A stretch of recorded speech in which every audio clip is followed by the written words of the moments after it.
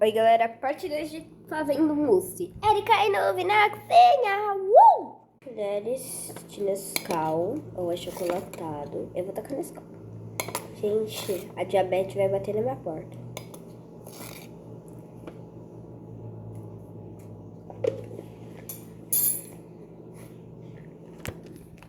Gostei de erva mate.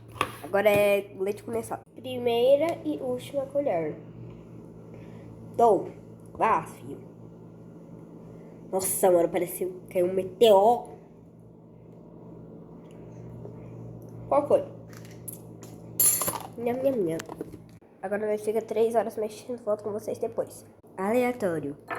Misericórdia. Parece diarreia branca. Aviso, use uma batedora, vai ser mais rápido. Bom, voltei, gente. Eu não tive paciência pra mexer, então eu vou tacar esse xereco aqui.